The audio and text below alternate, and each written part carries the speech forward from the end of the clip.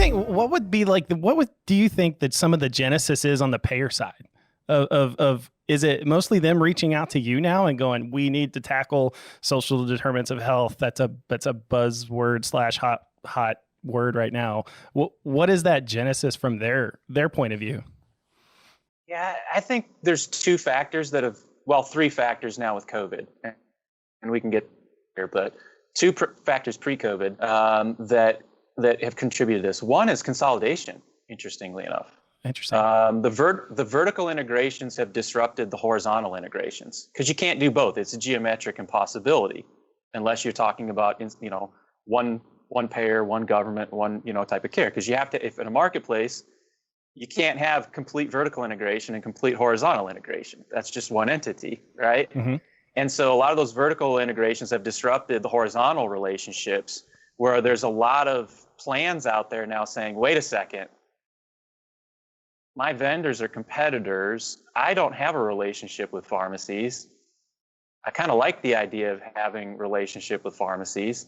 And so it's kind of disrupted the marketplace. And I'm the type of person also where an Amazon entrant, call me a Greg Popovich fan, but I think a healthy level of fear is great, right? Like if you want to talk about optimal performance, you need a healthy level of fear. And a market entrance like that gets people to sit up straight. But at the end of the day, they're not the major threat in the marketplace, right? I mean, it's self-channeling in these vertical integrations. And so the space between those vertical integrations is where a lot of the action is right now. And then the other is, because we're 10 years in now on patient-centered medical home value-based contracting on the medical side, is that, there's that chart, right, Jeff, in software you talk about where it's like the peak of this and then the trough of disillusionment. And they're getting out now to the trough of disillusionment with, I've tried everything. I've hired care managers.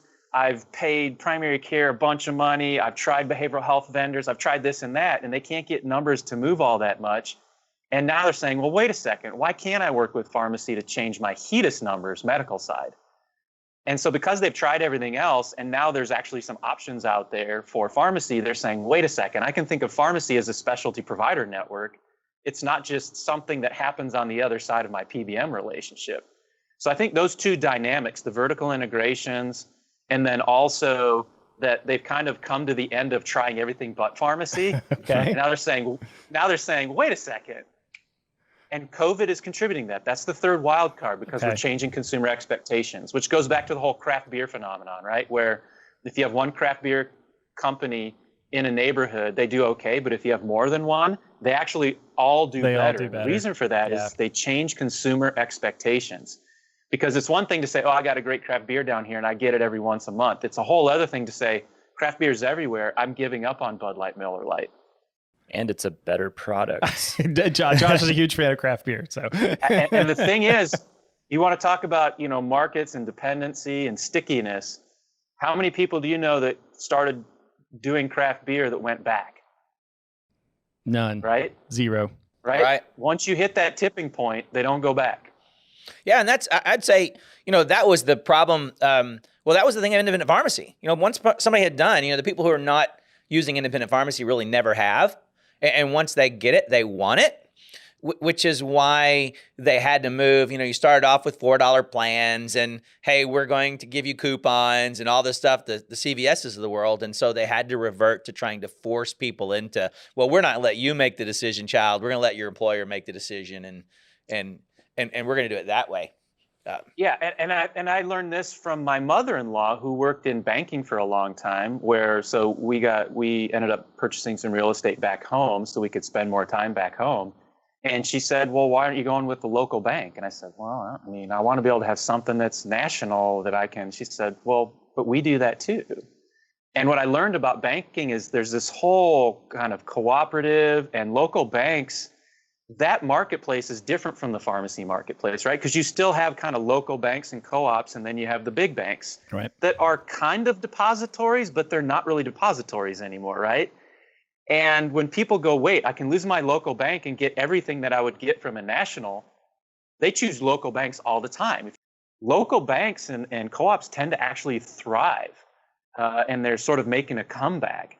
And I think that's what we're trying to bring to pharmacy, which is how do you be all over the place But really, you still have that local owner with those local relationships. And I learned that from my mother-in-law in the banking industry. What we don't have in the pharmacy space that's in the banking space is this very standardized level playing field that says, here's what product has to look like in the marketplace. Right. And that's the whole Supreme Court ERISA.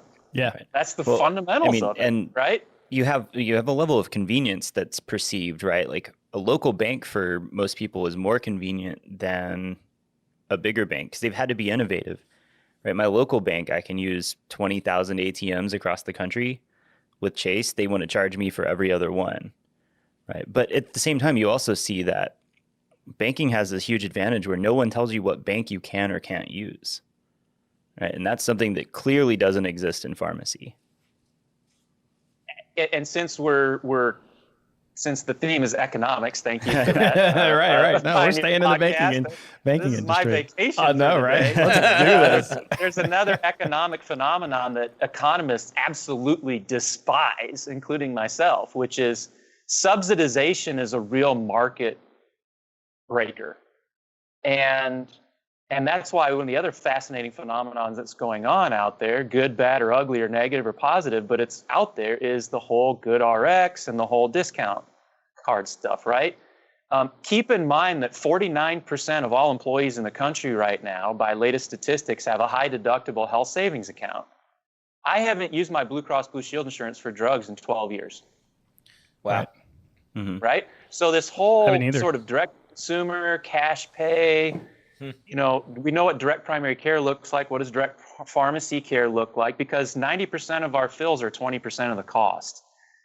And so, to Josh's point, when we start talking about channeling patients and various mechanisms and vertical integrations to try to channel patients, that's only as effective as you need a specialty product or something that's so expensive that gets past your high deductible plan. That's where the world's heading.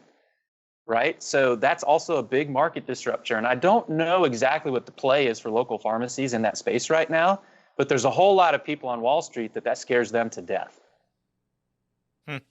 Yeah, and maybe there's a good market for an RX local coupon card that doesn't charge pharmacy anything. Doesn't charge you. That doesn't rake Yeah, them. go into your local doctors and say, hey, look, this RX thing's taking 20% of my money, right? This is a local card. It's local friendly, and it doesn't charge me anything.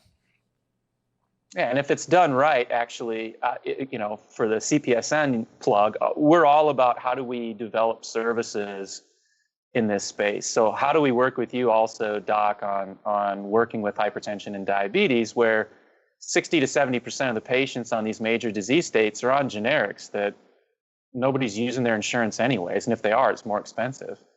So those probably end up being the models of the future. It's going to be fights with lobbyists and regulation and deregulation that's going to decide the fate of that.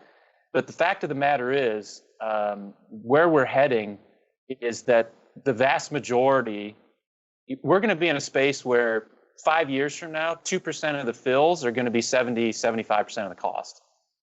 So there's a very necessary bifurcation of the marketplace that's going to happen.